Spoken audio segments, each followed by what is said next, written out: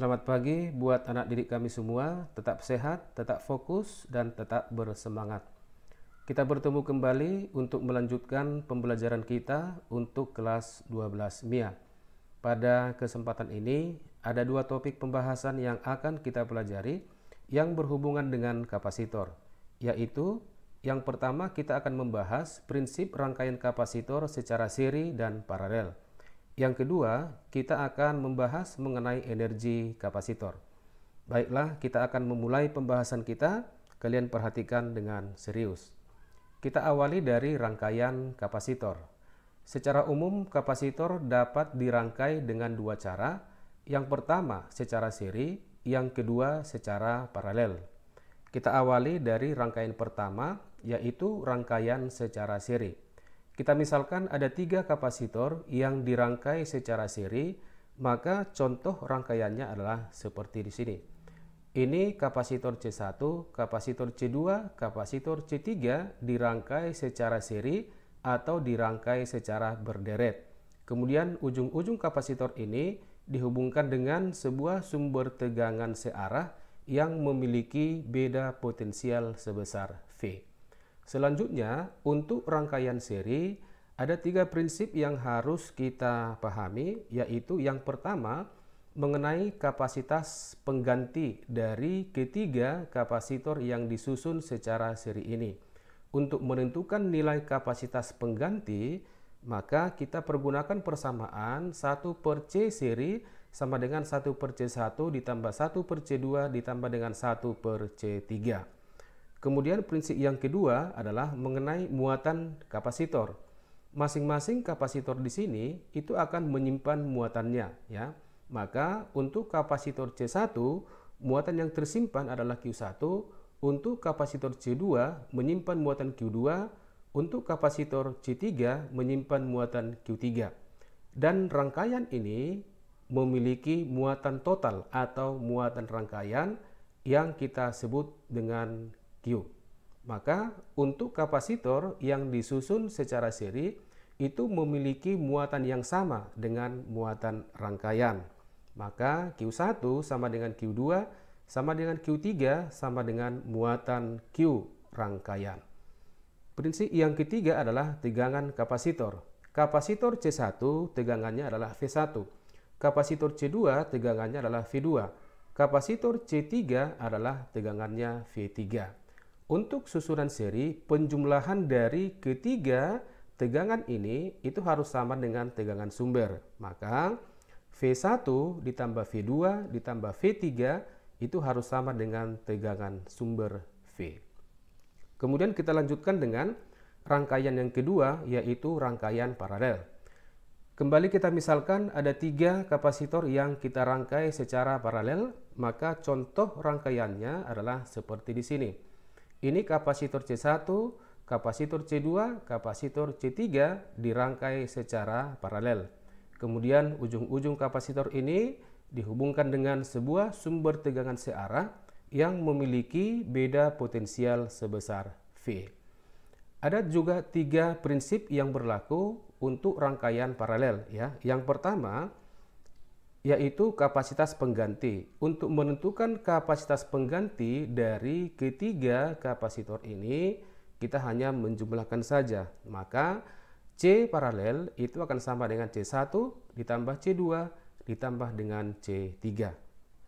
Kemudian muatan kapasitor, ya. Kapasitor C1 muatannya adalah Q1, kapasitor C2 muatannya Q2, kapasitor C3 muatannya Q3, dan muatan total rangkaian ini kita sebut sebesar Q. Untuk susunan yang paralel, penjumlahan muatan Q1 ditambah dengan Q2 ditambah Q3 itu harus sama dengan muatan total rangkaian. Maka Q1 ditambah Q2 ditambah Q3 itu harus sama dengan muatan total rangkaian. Prinsip yang ketiga yaitu tegangan kapasitor. Untuk kapasitor C1 tegangannya V1, kapasitor C2 tegangannya V2, kapasitor C3 tegangannya adalah V3. Untuk susunan paralel, maka nilai tegangan V1 itu sama dengan V2 sama dengan V3 sama dengan nilai tegangan sumber V. Kemudian kita perhatikan contoh soal yang nomor 1 yang berhubungan dengan susunan kapasitor. Ini rangkaiannya. Jika C sama dengan 6,2 farad, tentukanlah kapasitas kapasitor ujung-ujung AB. Ujung A di sebelah kiri dan ujung B ada di sebelah kanan. Baik, kita buat pembahasannya.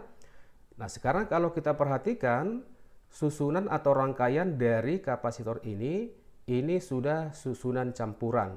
Karena di sini ada yang disusun secara paralel, ada yang disusun secara seri. Nah, sekarang coba kita perhatikan kapasitor yang ini, ya. Kapasitor yang ini adalah susunan yang paralel, ya. Ini adalah susunan paralel, maka kita sebutlah ini sebagai C paralel 1. Maka C paralel 1 ini kita jumlahkan saja, ya.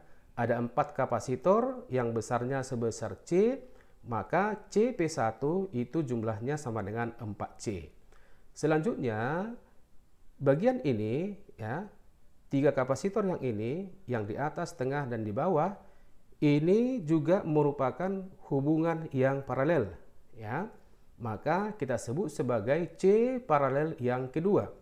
Maka kita tentukan C paralel yang kedua, itu kita jumlahkan, ya.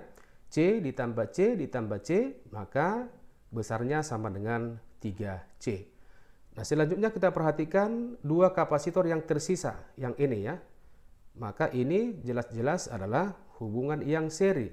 Maka kita bisa menentukan 1 per C seri sama dengan 1 per C ditambah 1 per C sama dengan 2 per C. Sehingga C seri sama dengan C per 2.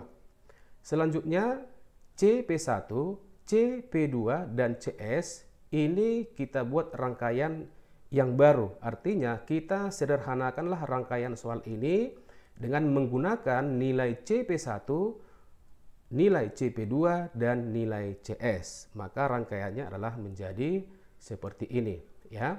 Kalau kita perhatikan di sini sudah jelas bahwa CP1, CP2, dan CS ini adalah susunan yang seri, ya. Maka 1 per CAB sama dengan 1 per CP1 ditambah 1 per CP2 ditambah 1 per CS. Kita masukkan nilai-nilai CP1, CP2, dan CS ke persamaan ini. Maka 1 per CAB sama dengan 1 per 4C ditambah 1 per 3C ditambah 1 per C per 2. Ini kita ganti terlebih dahulu, ya. Maka 1 per CAB sama dengan 1 per 4C tambah 1 per 3C ditambah dengan bagian ini menjadi 2 per C. Selanjutnya kita samakan penyebutnya. Maka 1 per CAB sama dengan 3 per 12C ditambah 4 per 12C ditambah 24 per 12C. Maka 1 per CAB sama dengan ini 3 tambah 4 ditambah dengan 24 sama dengan 31, ya, per 12C. Sehingga CAB sama dengan 12C dibagi dengan 31. Selanjutnya kita masukkan nilai C 6,2 farad, ya. Maka 12 dikali 6,2 dibagikan dengan 31. Nah, sekarang coba kita perhatikan angka 6,2 dengan 31. Ini bisa disederhanakan, ya. 6,2 dengan 31, ya. Ini sama-sama kita bagi dengan 6,2. Ini 1, ini 31 dibagi dengan 6,2, ini sama dengan 5. Sehingga CAB sama dengan 12 per 5 sama dengan 2,4 farad. Kita perhatikan contoh soal yang nomor 2. Ya, ini rangkaian soal untuk nomor 2. Kita lihat keterangan soalnya, ya. Jika C1 3 mikrofarad, C2 6 mikrofarad, C3 sama dengan 1 mikrofarad, C4 3 mikrofarad, C5 4 mikrofarad, dan V 10 volt, tentukanlah bagian A, kapasitas kapasitor total rangkaian. B, muatan rangkaian. C, muatan masing-masing kapasitor. Bagian D, tegangan kapasitor C1, C3 dan C5.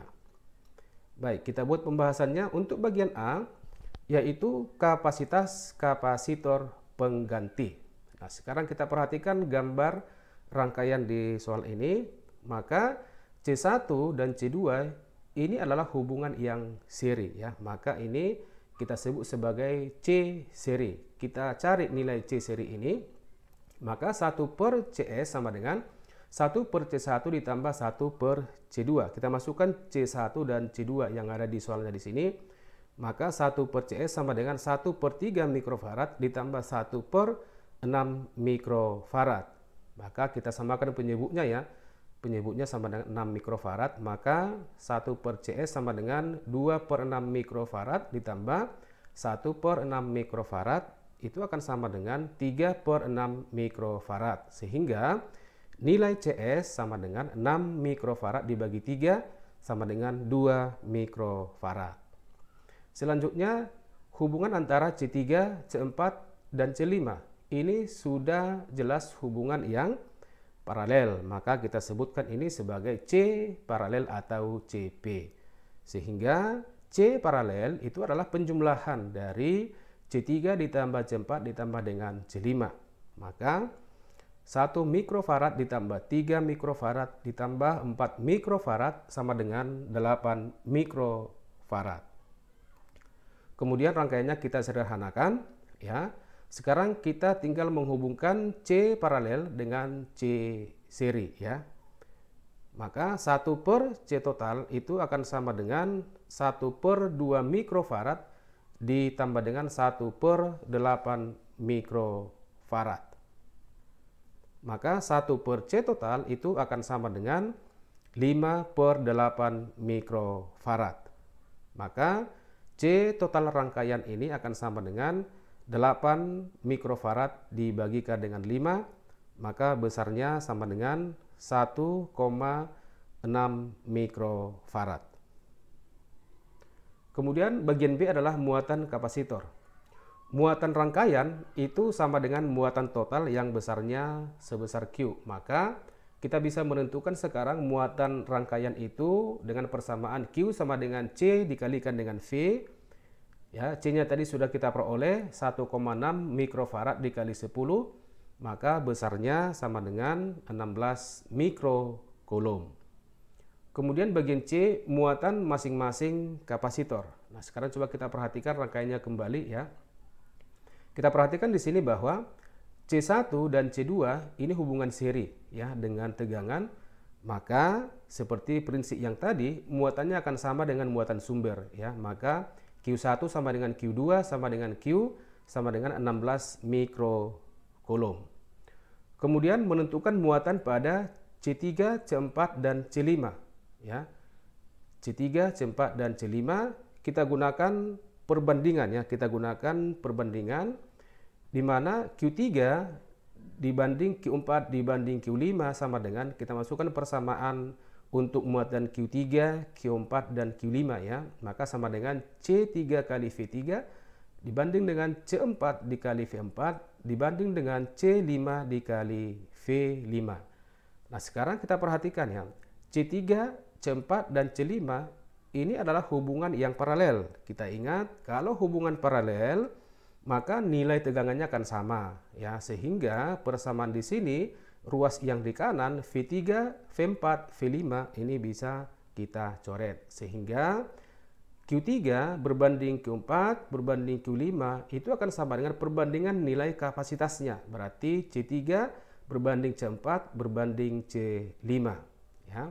Kita masukkan nilai-nilai C3, C4 dan C5 ya. Berarti Q3 berbanding Q4 banding Q5 sama dengan 1 berbanding 3, 1 berbanding 3 berbanding 4 ya. Nah, untuk menentukan Q3, perhatikan bilangan perbandingannya adalah 1. Maka rumusnya sama dengan bilangan perbandingan Q3 1 dibagi dengan penjumlahan bilangan perbandingan dari ketiganya ya. Berarti 1 tambah 3 tambah 4 dikalikan dengan muatan total rangkaian. Kita masukkan muatan total rangkaian tadi sama dengan 16 mikrocoulomb. Maka 1 per ini 1 tambah 3 tambah 4 sama dengan 8 ya, dikali 16 maka sama dengan 2 mikrocoulomb. Dengan cara yang sama untuk menentukan muatan pada C4 Q4 kita perhatikan bilangan perbandingannya adalah 3. Berarti 3 dibagi dengan penjumlahan bilangan perbandingannya dikalikan dengan muatan total atau muatan rangkaian akan sama dengan 3 per 8 dikali 16 sama dengan 6 mikrocoulomb. Kemudian untuk menentukan muatan Q5 ya, bilangan perbandingan Q5 sama dengan 4. Maka Q5 sama dengan 4 dibagi dengan 1 tambah 3 tambah 4 dikalikan dengan muatan rangkaian, maka akan sama dengan 4 per 8 dikali 16 mikrocoulomb.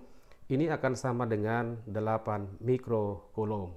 Nah, sekarang kalau kita jumlahkan Q3, Q4, Q5 itu harus sama dengan muatan total rangkaian ya. Itu harus sama dengan muatan total rangkaian yang besarnya tadi 16, maka ini coba kita jumlahkan. Ini juga sama dengan 16 mikrocoulomb.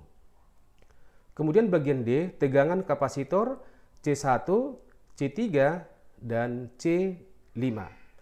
Kita ambil dari persamaan muatan Q sama dengan C dikalikan dengan V. Maka V dari persamaan ini sama dengan muatan dibagi dengan kapasitas. Sehingga V1 sama dengan muatan Q1 dibagi dengan C1. Ya, kita masukkan Q1 dan C1. Q1 sama dengan muatan rangkaian sama dengan 16 mikrocoulomb dibagi dengan C1 3 mikrocoulomb. Ini akan sama dengan 5,3 volt. Kemudian V3 sama dengan Q3 dibagi C3. Kita masukkan Q3 dan C3 ke persamaan ini sama dengan Q3 sama dengan 2 ya, 2 mikrocoulomb dibagi dengan 1 mikrofarad. Ini akan sama dengan 2 volt. Kemudian untuk V5 sama dengan Q5 dibagi C5 sama dengan 8 mikrocoulomb dibagi 4 mikrocoulomb sama dengan 2 mikrocoulomb. Perhatikan di sini. Kalau kita sudah memperoleh nilai V3 sama dengan 2 volt, maka V5 bisa kita cari tanpa persamaan ini. Kita pakai prinsip saja, karena di sini sudah disebutkan tadi, kalau dia susunan paralel, maka tegangannya sama. Artinya, tegangan V3 sama dengan 2 volt, sama dengan tegangan pada C4, 2 volt, sama dengan tegangan pada C5, sama dengan 2 volt. Nah, selanjutnya kita masuk pada pembahasan yang kedua, yaitu mengenai energi kapasitor. Energi sebuah kapasitor dirumuskan dengan E sama dengan setengah dikali C dikali V dipangkat dengan 2. Nah, persamaan ini masih bisa kita ubah lagi dengan mengingat persamaan muatan sama dengan C dikalikan dengan V. Dari persamaan ini, kita bisa menentukan nilai C. Berarti nilai C sama dengan Q dibagi dengan V. Sehingga persamaan energi yang di atas ini, kita bisa menggantikan nilai C. Ya. Maka, persamaan yang di atas yang ini, C-nya sekarang kita ganti menjadi Q per V. Ya, menjadi Q per V. Maka, rumus energi kapasitor ya juga akan sama dengan setengah dikali Q dikalikan dengan V. Atau dari persamaan ini kita menentukan persamaan tegangan. Berarti tegangan sama dengan Q dibagikan dengan C. Maka tegangan atau V yang ada di persamaan di atas ini bisa kita gantikan dengan Q per C. Sehingga kita akan memperoleh persamaan yang ketiga untuk energi kapasitor. Ya. Maka V-nya sekarang kita ganti menjadi Q per C. Ya, menjadi Q per C. Maka E akan sama dengan setengah dikali Q kuadrat dibagikan dengan C.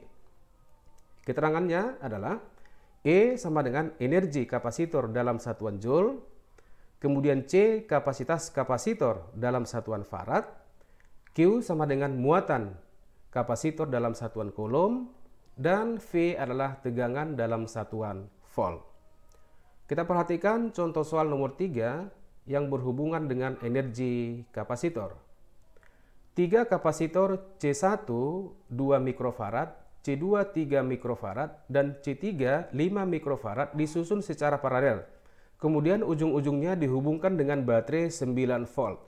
Tentukanlah kapasitas total dan energi yang tersimpan pada kapasitor C1. Kita buat pembahasannya. Nah, dari keterangan soal, ketiga kapasitor ini disusun secara paralel. Maka coba kita buat rangkaiannya. Rangkaiannya adalah menjadi seperti ini. Ini C1, C2, C3 dan dihubungkan dengan tegangan sebesar 9 volt. Untuk pertanyaan kapasitas total, maka kita perhatikan di sini, ini susunan paralel, maka nilai C total itu adalah kita jumlahkan saja ya. Berarti C1 tambah C2 tambah C3, maka besarnya sama dengan 2 mikrofarad ditambah 3 mikrofarad ditambah 5 mikrofarad sama dengan seluruhnya 10 mikrofarad. Selanjutnya menentukan energi ya. Kita perhatikan di sini bahwa C1, C2 dan C3 ini paralel dengan sumber tegangan V. Artinya bahwa tegangan pada C1, pada C2 dan pada C3 sama dengan tegangan sumber yang besarnya sama dengan 9 volt. Sehingga kalau kita menentukan energi kapasitor, kita perhatikan tadi persamaannya ada 3 sekarang ya. E sama dengan setengah CV kuadrat, E juga sama dengan setengah Q dikali V, atau setengah dikali Q kuadrat per C. Nah, untuk kapasitor ada C, ada tegangan, maka kita pergunakan persamaan yang di atas ini. Maka energi pada kapasitor C1 kita sebut sama dengan E1 sama dengan setengah C1 dikali V1 pangkat 2. Maka E1 sama dengan setengah C1 2 mikrofarad dikali V1 9 dipangkat dengan 2. Ini setengah kali 2 ini habis. Maka sama dengan 81 mikrojoule, atau bisa juga kita tuliskan menjadi 81 kali 10 pangkat 6 joule. Demikianlah pembelajaran kita kali ini. Terima kasih atas perhatian kalian semua. Selamat belajar dan semoga sukses.